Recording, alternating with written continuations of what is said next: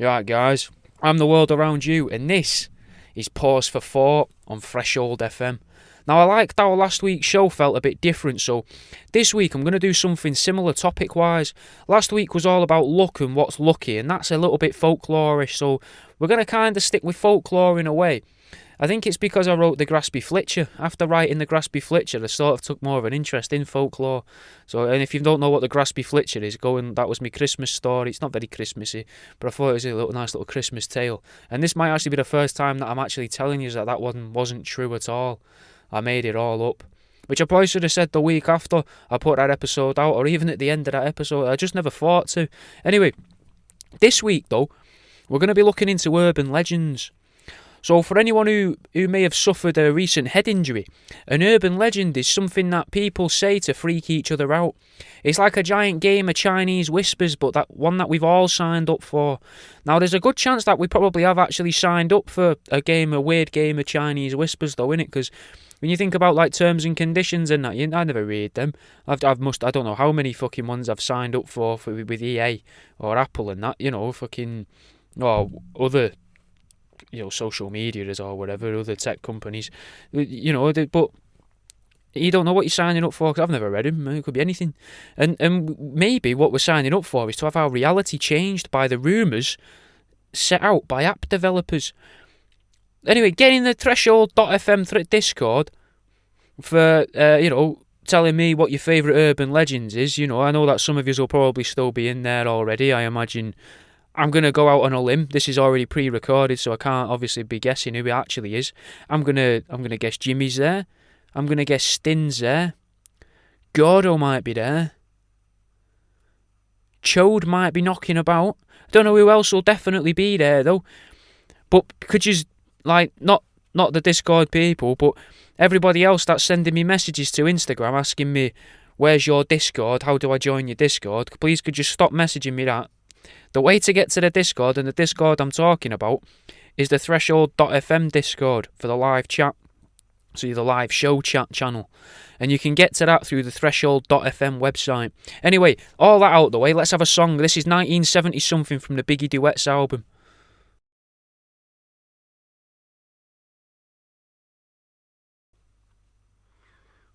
So, where does an urban legend come from?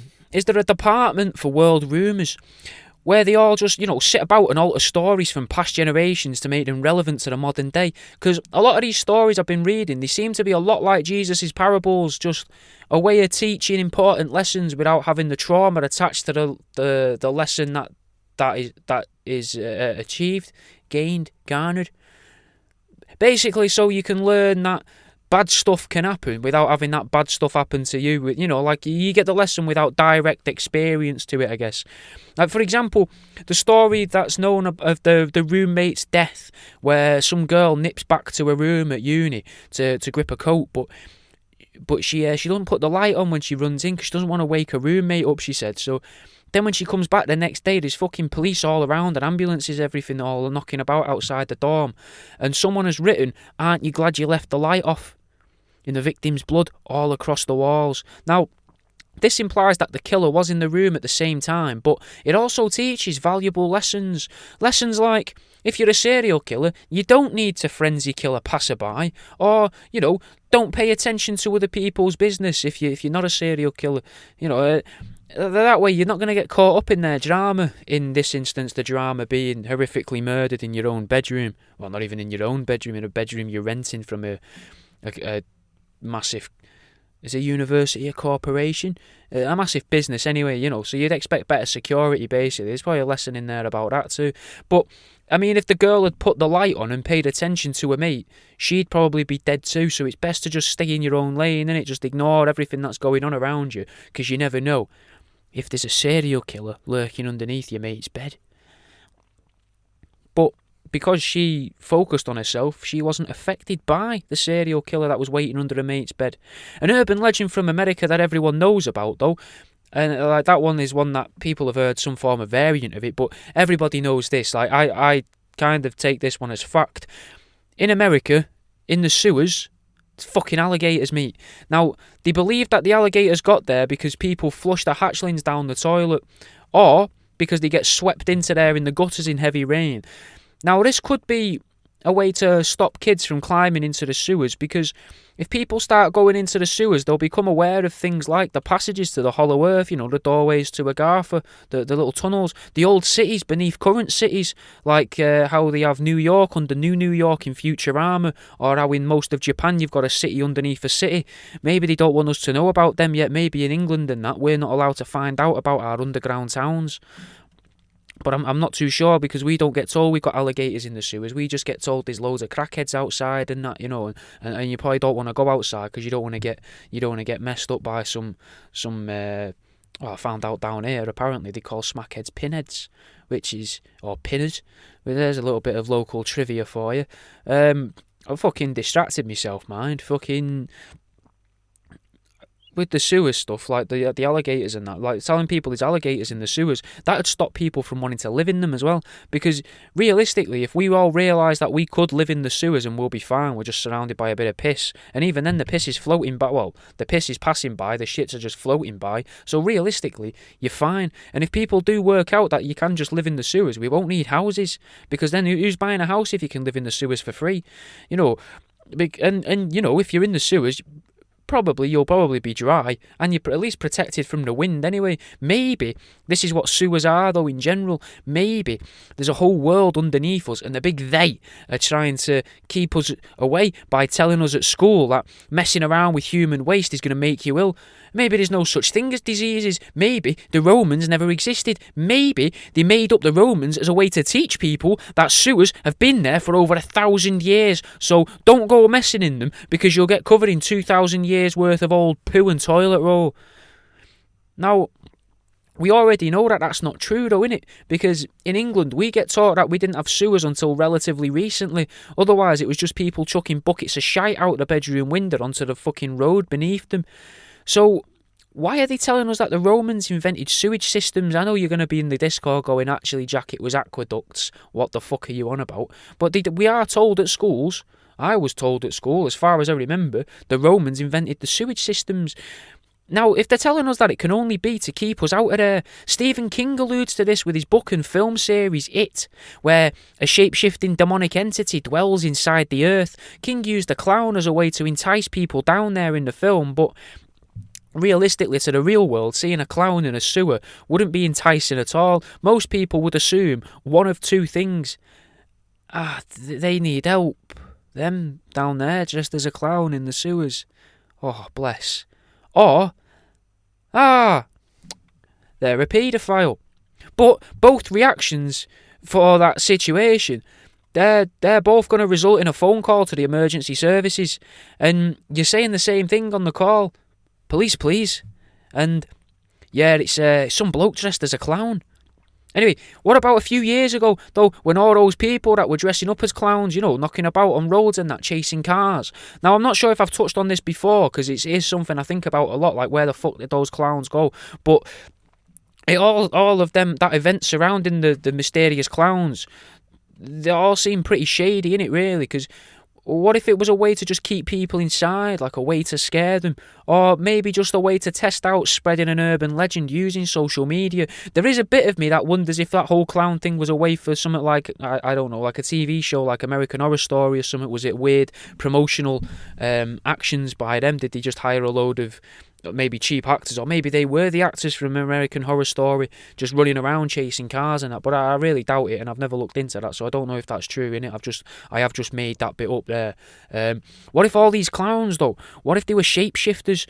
Because they look like clowns because they've just happened to have landed their ship next to a clown car. Maybe they're alien shapeshifters rather than interdimensional shapeshifters, and they all look like clowns because they landed the ship next to a clown car, and because 15 people came out of that Nissan Micra dressed as clowns, they thought, oh, all of this planet look like that. That's what they all look like. There's a good sample there of people.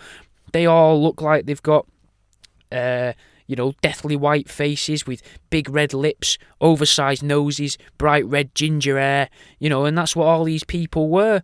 And I mean, you could argue, though, there with like really pale faces and bright red ginger hair, that possibly then then would shape-shifting aliens be more likely to exist in Scotland? But that's not really something we should be getting into, because I honestly don't know. But anyway, I reckon that these shape-shifting aliens that found all these clowns, maybe they realised that it wasn't normal eventually, because they were trying to interact with people, wasn't it? Just like, hello, I'm an alien, but I look like a clown, so I wanted to make myself seem appealing to you. Everyone's running away screaming, and they're there with a knife, like, I've brought you this useful device that you all have. Apparently you all have them, but none of you know how to sharpen them. So I brought you a very sharp knife as a gift, and they're fucking chasing them down the road going, come on, I just want to give you the fucking knife, come on, give me a knife. And then obviously people got scared, so then they stopped. They were like, well, maybe people don't actually like clowns. Maybe that sample of humans that we found in the Nissan Micra were just a bunch of weirdos, and we don't want to look like weirdos. So then they just changed what they look like, and now we don't know what the shape-shifting aliens look like because they no longer look like clowns. Maybe what they do now in order to just get ignored is they just dress like fucking SJWs, like your social justice warriors. Maybe they can turn themselves into cats, or whatever else would be ignored by most people if they passed them in the street. Now, not many people would want to be getting back to the fucking alligators. I mean, we've not really left the alligators in the sewers, but a bit more on them, Like, you don't want to be bitten by a crocodile, do you, or an alligator, because of the fucking teeth and them neck muscles. They'll just fucking tear you to bits, mate. So, but then again, though, especially you don't want to get bit by them. Even like fucking Steve-O and that wouldn't want to get bitten by a crocodile whose teeth are covered in human excrement, shit and piss. Then if you combine all that, man, no one wants that to happen, so the risk of infection. So that makes the sewers immediately the scariest place to visit in America. Now, why is that? Why are they trying to... What's in the sewers? Why won't they let us down there? Now, I suppose you could link many conspiracies to urban legends. For example, bringing it up again without actually doing an episode on it, because I haven't actually got it written on my list and I keep fucking forgetting. Phil Schneider's deep underground military bases, mate. Maybe they could easily be linked, and it could easily be an urban legend as well for what you'd need to believe that an urban legend is an urban legend. But the deep underground military bases, I guess they could easily be accessed through sewers. I mean, not according to Phil himself, but it is a possibility. What about secret underground railway tracks? That could be what's actually underground. Maybe that's what earthquakes are. Earthquakes could be acts of terrorism carried out on a secret underground railway system. But what are these underground railways, and where do they lead? Now, I know you're thinking they don't exist, but if they can make one that goes under the English Channel, which for anyone who's listening who's not from France or England, the reason why that's significant is that's a fucking sea. So that's the sea between England and France. Now, it's not that big, but it's still a sea, it's deep, and they've managed to fucking build or dig a tunnel and shove fucking trains underneath there. So if they can do that, then they can definitely dig out underneath of a country and build one under there, innit? That's why subways exist in London, mate. There were rumours circulating, in 1864 of a secret hidden railway beneath London, and then, less than 2 years later, the fucking subway of London's opened. Now, this could be a coincidence. I could have made a little bit of it up. Some historians might tell you that the rumours were fuelled by the building of the subways, but what if they were just released? They released the subways because these rumours got out of hand, so they just release a few miles of track to the public and then realised there's a fucking fair bit of money to be made here if we charge people for using these that we were using for free for ourselves, whatever the big they are, whether they are shape-shifting aliens or just rich people or just, maybe the gnomes, I'm guessing, you know that gnomes, you remember from the other shows that gnomes can live underground, so maybe the gnomes use the trains. I don't know. But, I mean, what did they do with, like, when you think about it, man, like, think about it. They dug out all them fucking subways and that underground. What did they do with all the dirt, mate, all that soil? Surely they would have loads of fucking spare dirt just knocking about from digging out the tunnels and digging out the lift shafts and the staircases and that, mate. But they don't. Yeah, London's a shithole, innit? But there isn't any literal dirt anywhere. And I'll be honest, the times that I have been there, I didn't even notice that many trees. Literally fucking no fields in the city centre. So where's all that soil gone? Like, do the trees just hold the dirt in place? And then because they've got rid of all of the trees around London, apart from maybe like the odd few to try and fucking pretty it up a bit, but compared to like up north and that and everywhere else around the country, barely any trees at all. So did they have to get rid of the trees because really the root system is what holds soil and dirt in place and keeps the dirt there? So could that mean that the dirt just drops away from the surface into the centre of the earth, leaving these gaps, mate, where they can fucking put trains? Maybe they removed the trees so that they could just fucking pretend there's more space as well. You know, maybe that's all how we find these hidden tunnels. You know, because anywhere without trees could be a location of a secret subway station. Let's have another song. This is Talib Kweli with Miss Hill.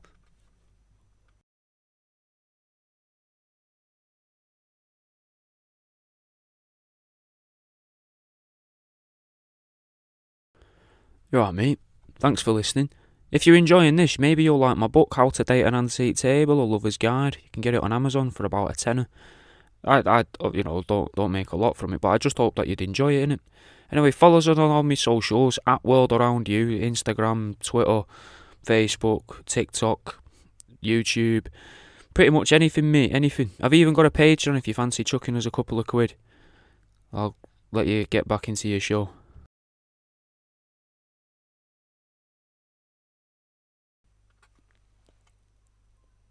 So, we've looked at a couple of urban legends now, but what did he need to make them into an urban legend?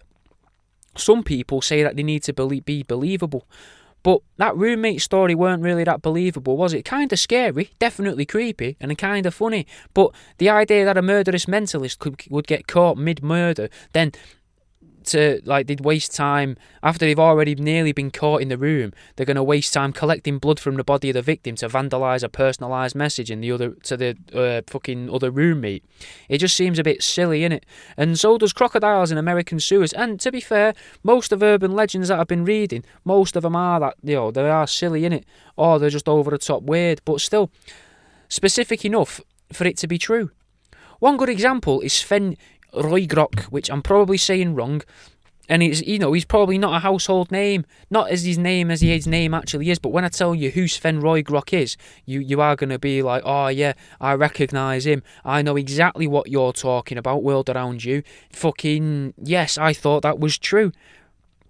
I mean, so what I'm saying is, Sven Roygrok isn't a household name, but he is South African, and he's been in a lot of South African films apparently as of late, so maybe he's a household name in South Africa.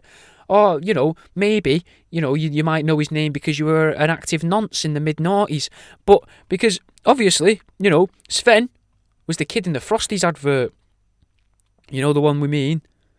The one that went, they're gonna be great, like that, and repeated it over and over and over again. They're gonna be great, like that. Fucking. It sounds like a fucking fever dream. However it went. The whole advert though of that was overshadowed for me by the fact that the lad that rammed a couple of the lad that did it, who was in the advert, he'd rammed a couple of 2Bs up his nose and bounced it off a fucking desk, mate. Except that wasn't a fact. That wasn't factually true. It was a rumour at my school spread by the same guy whose dad had a fight with Sarah Michelle Gellar and whose brother was mates with Richard and Judy's kid. Except at your school, that kid's dad was, probably a copper, or his nan was fucking Vera Duckworth's stunt double in Coronation Street. But I bet dickhead Danny was still going on about how the kid off the Frosties advert topped himself with a couple of pencils. And what's mad is, that's a rumour that seemed to go around every school in the UK, which is fucking mental. And everyone believed it as well. Like, why would you not believe it? It's kind of an embarrassing advert to be a part of, because it didn't really have much to do with Frosties, or, any really have much to do with cereal at all. It was just odd. Like I say, everyone believed it, man, that's weird. And it was for a very long time that people would believe it. I believed it up until I was reading of urban legends and it came up on my list. I was like, what the fuck? I'd taken that as fact. And what's mental about it all is there's not even a fucking flake of truth to it, mate. It's not remotely true in the slightest. Like, his dad worked at Greg's, his nan had been dead 15 years, and our Danny's brother was just some scruff that used to sell cheap lizards. So you couldn't believe dickhead Danny for anything he was saying.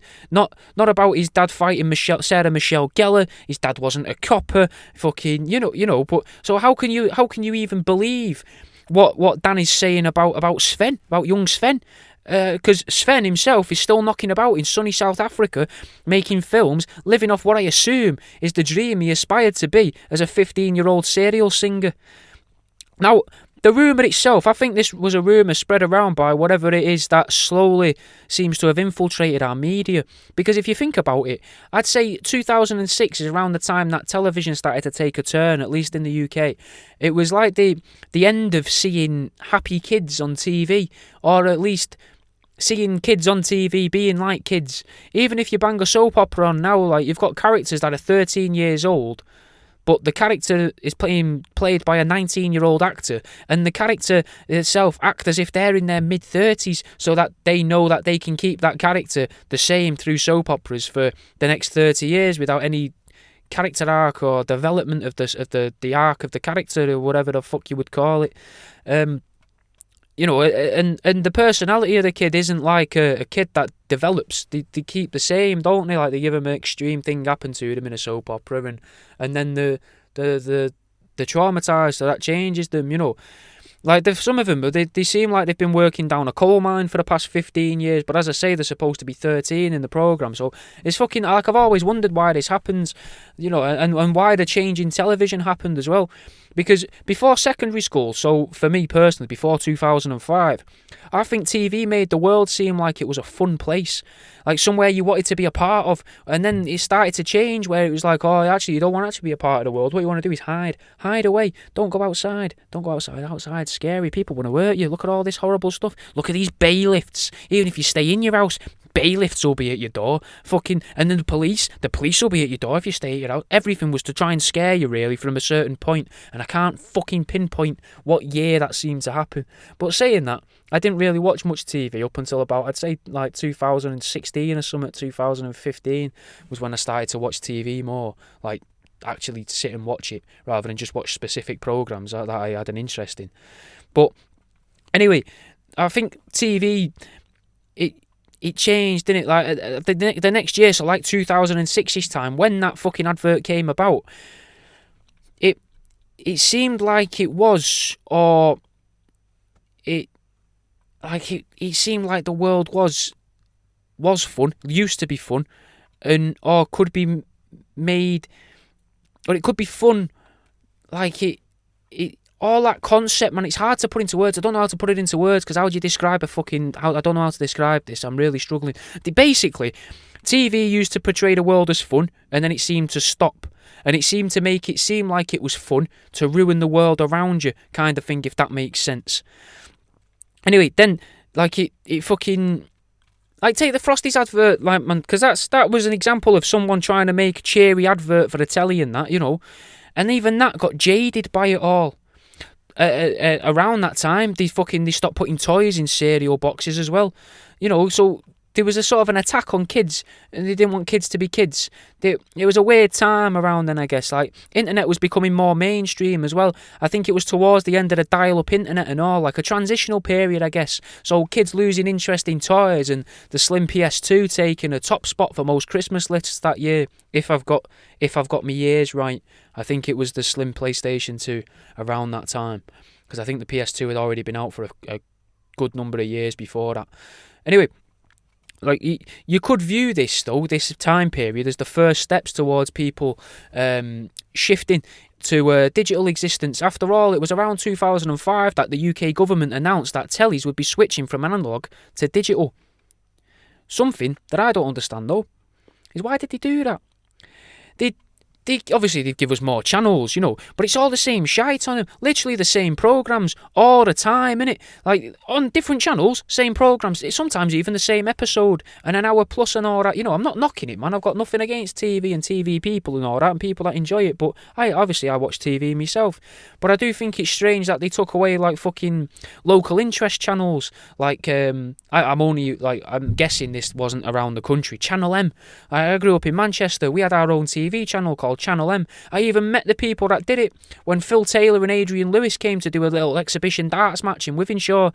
Fucking Channel M was there with, I think it was the fella that played Spider in Coronation Street. So it went back. I'm going back a few years. Like I was a kid. I probably shouldn't have been in the Legion at that age anyway, but I was only drinking Coke, and even a bag of crisps and that, it was alright. Also though, getting back to the telly, why did he regulate what's on TV? Like, I think if some weirdo wants to sink 25 grand into a TV show that details the life and times of an aspiring sheep fucker, or some weird clip show where you're sending videos of your partner on the toilet, then why can't that exist? Why can't we have a PP Peepers? Do you know what I mean? Or a fucking I don't know, toilet time or something, just like a little 20-minute episode, because realistically, what's wrong with that? It doesn't make sense to stop people from being able to do that, because if that program's shit, no one will watch it. Or people will watch it, then tell other people not to watch it, because that's fucking disgusting. All it is fucking fat birds having a poo. Just like the husbands go in, laugh at them. You're just listening to a bloke laugh and a woman go, no, go away, stop it, don't you dare send this into PP Peepers. And you're like, well, of course I'm going to, because I want to get the 250 quid. Do you know what I mean? Like, why can't that exist? Because no one would watch it, only weirdos would watch it, nobody would tell other people that they watch it, so the programme wouldn't last. So that money's all still been spent to make the programme and to promote the programme. Everyone's being paid for it. So why can't we have shit TV shows that may or may not last very long? It just seems to have stopped. Like, Channel 4 used to be mad for that, mate. Fucking all sorts of great programmes. Obviously, they still put out some good programmes and that. I'd probably watch more Channel 4 than I do of other channels, I would say. But at the moment, anyway, especially on demand. But they've got fucking... They used to have mad stuff. And it just doesn't seem to happen anymore. It seems to be like we've missed that time. Anyway, I'm fucking, kind of sort of doglegging it back to the main theme of the show. Like, if I wanted to make a show where you watch me dig holes to find hidden railways, then why can't I do that? Or a show where you go into care homes and you interview the patients that are in the care homes, all the old people and that, in the retirement homes, as you might call them, in other places around the world, and... maybe if I want to go in there as well and film some old people tongue kissing each other, just fucking see where it goes, set the mood, a couple of candles, a handful of Werther's originals, a couple of a glass on either side of their bed with a bit of fresh water in, so they can both take out their teeth and just plop them in the glass. So there's the other one landing in the glass, and fucking watch them go at it, and then film it, edit it down into a nice little 30 minute programme. Well, let's say 20, we'll call it 27 minutes. I'll give it 3 minutes adverts in the middle. I don't think many people would want to advertise during fucking late night raunchy romps. What would you call it? Retirement rompers? Raunchy retirees. I don't know. But you get like an interview of their life and that, and they're like, oh yeah, me wife died 15 years ago. I've been in here now for 10 years. And I'll tell you what, it's brilliant. Because Joan over there, she can put it right down the back of her throat. She can, because she's not got any teeth, can you, Joan? And Joan's just there sort of dribbling like, yeah, I can do that. Because they're all on meds, innit, in retirement homes. They're all off their fucking faces, all shagging each other and that. That's what your nan's getting up to, or your granddad, or your uncle, or your auntie, or your mum, or your dad is getting up to in these retirement homes. Don't feel guilty about putting them there. It's a fucking orgy, mate. And we should be putting that on TV. Free entertainment for the masses. And old people will be watching it going, you know what? Retirement homes, not that bad. Should be allowed in there. So maybe all this fucking restrictions on not being allowed to make fucking a programme about the said like aspiring sheep fuckers or whatever, maybe they won't let us make these mad TV shows anymore because they don't want people to actually go into retirement homes anymore. Maybe they just want them to die at home. Maybe they want the land that the retirement homes are built on, because maybe them underneath them could be ley lines or something with fucking superpowers just emanating out the ground. Maybe like from fucking, I don't know, fucking ancient fucking water underneath, and that's why they put people there to old people on there so that they die, because it's a more concentrated amount of people that are going to die, and they're going to regularly die and pass away and feed the fucking energy source underneath these retirement homes. And then now maybe they've got enough retired people that have died above these power sources or batteries, like naturally occurring batteries in the ground that are charged from dead old people. Now, if that's the case, why shouldn't I be allowed to go in there and film them kissing each other? Give them a good send-off, fucking film that and be like, and then at the end of every episode, you can have in memory of, Bill, in memory of Joan, in memory of I don't know, Stephen, I don't know old people names, Agnes. Because then at the end of every episode, everyone will be watching it and be like, look at him, oh, look at that, that's funny, he's just shatting his hand and threw it up a wall, and then at the end it's like, oh, he died? Oh, bless. At least he got to be on telly, though, before it happened. Anyway, fuck me, I've really got lost there. Basically, though, none of that can happen because the big they say that that's inappropriate, and Ofcom would probably have something to say about it. But is that why we went digital? Were they scared of a sort of they live moment? Maybe we've experienced a they live moment already, and that's why telly is now so heavily regulated. But if that was the case, that'd mean social media is either fake or it's run by the enemy. One or the other. For those that haven't seen They Live, like on your face, because like, what are you doing listening to this sort of shite if you've never watched They Live? Shame on you, innit? Because I'll give you the gist of the film. There's people in the film, not all of them are people, some of them are aliens, and this guy finds a box of sunglasses. He can put the sunglasses on and that goes through this weird perception filter, and he can then see the aliens that are hiding as people in plain sight, blah blah blah. But basically what the point I want to get to about the film, though, is these aliens are using people like the rebels are using TV frequencies to get messages out to the public, but I think the TV signals are a byproduct of the cloaking devices the aliens are using to hide themselves in public.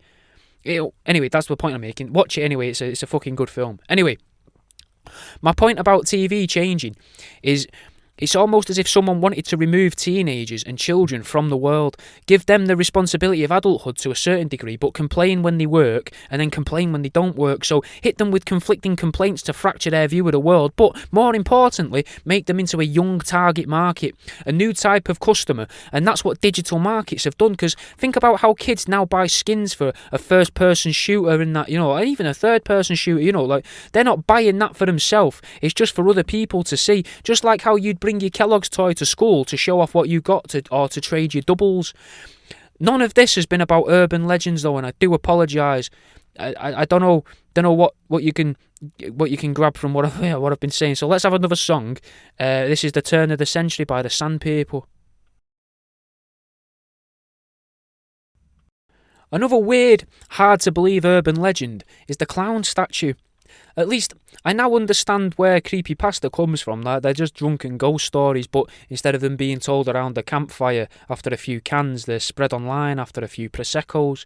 But the clown statue itself, long story short, some babysitter bells her customers to ask if she can throw a sheet over the clown statue in the living room because it's unsettling her.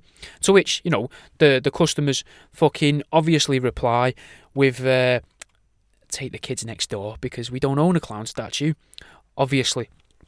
Now, I don't know what the lesson is here, other than, like, clowns don't exist, maybe, which I guess links us back to the Crazy Clowns of 2014 and the Stephen King's book, It. So maybe that clown itself was a shapeshifter, if it is a true story. Maybe it was a lamp originally, then it was like, oh, I can become a person now because the adults aren't here.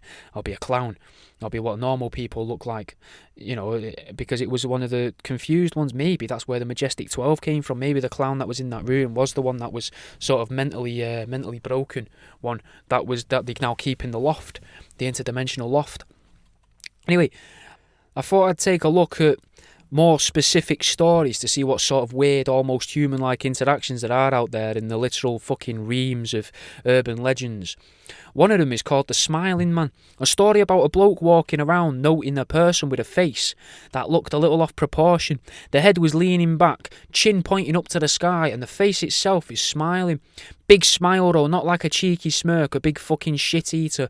So I think it's weird when people smile around me at the best of times, especially as I walk past them in the street. I always worry that I'm fucking Truman from the Truman Show when people do that, to be honest. Other times I freak out though, thinking that there's some form of that they're all some form of creature that's just trying to fit in.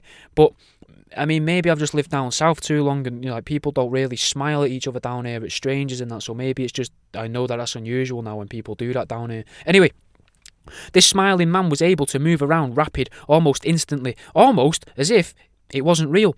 But what if it was real? But not a physical thing. What if it was like a shape-shifting creature or a fourth-dimensional creature trying to blend in? It's possible. Unlikely, I guess, but, still possible. I guess there is a chance that they may have been walking past a person with physical disabilities, and then further down the road they happen to walk past their identical brothers, like all three of them. But I really doubt it. Odds are the whole thing is a lie. But could it be a weird way of teaching kids not to trust openly happy people? Because I don't trust openly happy people. Can't help but think they're all liars. No one's happy all the time, innit? I'm not. None of me family are. Me missus isn't happy all the time. A smile for no reason is definitely, I would say, someone hiding something. Now, if you happen to be at work whilst you're listening to this, or if you sat in class while you're listening to this, first off, if you sat in class and listening to this, you're a fucking legend, mate. And I hope that's made you smile, because you've got one over on your teachers here, innit? You're missing out on vital information for the rest of your life. So maybe, you might end up like me one day. You'll be sat in a cupboard underneath your neighbour's stairs recording radio shows for Threshold FM that, people aren't going to take seriously. If you're in work, fucking good on you as well, because you're getting paid to fucking listen to me prattle off shite. But anyway, do us a favour, look around the room, or the bus, or the public bathroom that you're waiting in, and look for the smiler. Then recognise that feeling in your belly as you look at them. Unfortunately, I'm not very good at I can describe the sensations, but I don't actually know what's assigned to them sensations, I guess. Like emotion-wise, that's not even a bit. I'm not very good at that. I can only describe the actual sensation to you. So you're gonna look at that smiley person, and I want you to notice that little pinching sensation at the top of your belly, just underneath your rib cage. Now you know why you feel that way, don't you? Now you know now. They make you uncomfortable, mate. That person smiling, that makes you uncomfy, and now you know why. They're either being beaten at home, or on the way home, or otherwise being bullied in their home life. They're not actually happy, or happier than you. No one's happy. That's why when someone's all friendly, you need to be careful, because, what are they after? Are they after your bumhole? Are they after your house keys, card details? Maybe they're a child molester. We may never know. But what about the fella in the window? Another urban legend, I don't mean stare at the fella in the window. If you do look around the room and there is a fella stood either in your window or staring through your window, then definitely fucking bell the police, or their carer, because something's going on here. But the story of the urban legend of the fella in the window: a woman bells the police because she sees a man in the window. Then she hides under a bedsheet till the police arrive. Don't know how they got through the front door, but they did. Then the police say that they found wet footprints in her room facing the window, so the guy was inside the house all along. Could this be another subtle reference to demons or ethereal beings? Maybe we shouldn't be scared of other people outside of ourselves, but be terrified of what's going on inside our own metaphorical homes, or ourselves, our own business. Again, maybe, though, you should be scared of what the people are doing in your house. You're not constantly with your siblings or with your parents, are you? So how do you know that your brother and sister or auntie and uncle or whoever it is that lives with you, how do you know that they're not plotting to kill you? Or how do you know that your family aren't secretly a domestic terrorist cell? Speaking of domestic terrorists, what about Mothman? Fucking Mothman's a good urban legend. I think he will get his own episode, because it's kind of a cool story, and there's being more things about him all around the world as well, rather than just in fucking Point Pleasant. So that makes him more interesting. But he was said to fucking be around and fuck me, I can't remember the year. But he knocked about anyway around an old TNT mine, like a fucking explosives mine, which, risky place. People would still be drawn to the mine, though, like a fucking Mothman to a candle, even though they fucking knew it was a dangerous place and it's got fucking literal explosives in there. Yet, then when they find out that there's a giant fucking moth humanoid flying about chasing cars, they go, oh, we'll avoid that mine. There's a fucking Mothman there. Not, we could get blown up at any moment by the fucking dynamite in the ground. But the idea that there's a fucking 9-10 foot Mothman creature that flies after cars, that's enough to keep them in a safer lifestyle, Sometimes, though, it seems like these urban legends might kind of be made by committee. And it's best for that committee to be stupid in order for it to be clever. Oh, the committee sat around and fucking in the Vicar of Dibley, and they're like, oh, bombs don't scare them. And then the weird guy's just like, what about a moth? A massive moth that predicts natural disasters. No one will want to be near him. And weirdly enough, he was right. The weirdo was right. It kind of worked. Let's have another song. This is I Used to Be by GOH, Sugar Star, Redman and Method Man. Cheeky little advert about halfway through, you know. Did you know that I've got a red bubble and all that where you can buy yourself little stickers for your laptop or your skateboard or something, or shirts as well. Even if you felt, you know, especially weird, you could get a shower curtain with my face on it about 150 times. Obviously, I know no one wants that, but you got to have something different to offer, haven't you, that other people haven't got. Anyway, let's crack on with the show. What if the Mothman, though? What if the Mothman was a drone and the TNT mines were actually drone factories? The place was called Point Pleasant, and you could argue that a drone is a modern-day equivalent of taking point in a battle. I reckon, you know, you lead with the drone. Maybe the Pleasant part of the name is a sort of sarcastic name that they give to the military base that's there. I don't know if there actually is one, though. And it seems there's a crossover between what is now called a creepypasta and an urban legend. One of the most obvious crossovers of this would be Slenderman, a story that involves a Photoshop battle to rival the one that we learnt about in the episode about the Giants, purely though because this battle resulted in death. 2 12-year-old girls killed their mate because of Slenderman. Horrible story, fucking shouldn't have happened, but it did. And it's another example of how fiction affects the real world. A story literally made up was the blame for the death, but I haven't looked into it much, and I reckon we'll add Slenderman to the list and cover it another time.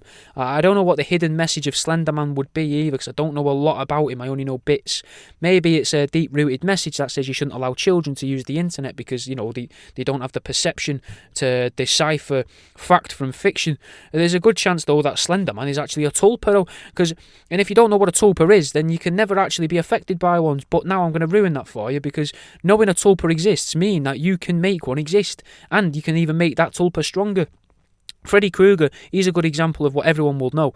In the films, he gets stronger the more people are aware of his name. The idea behind a tulpa, though, is that if people believe in an idea, then the universe has a way of bringing that idea into reality.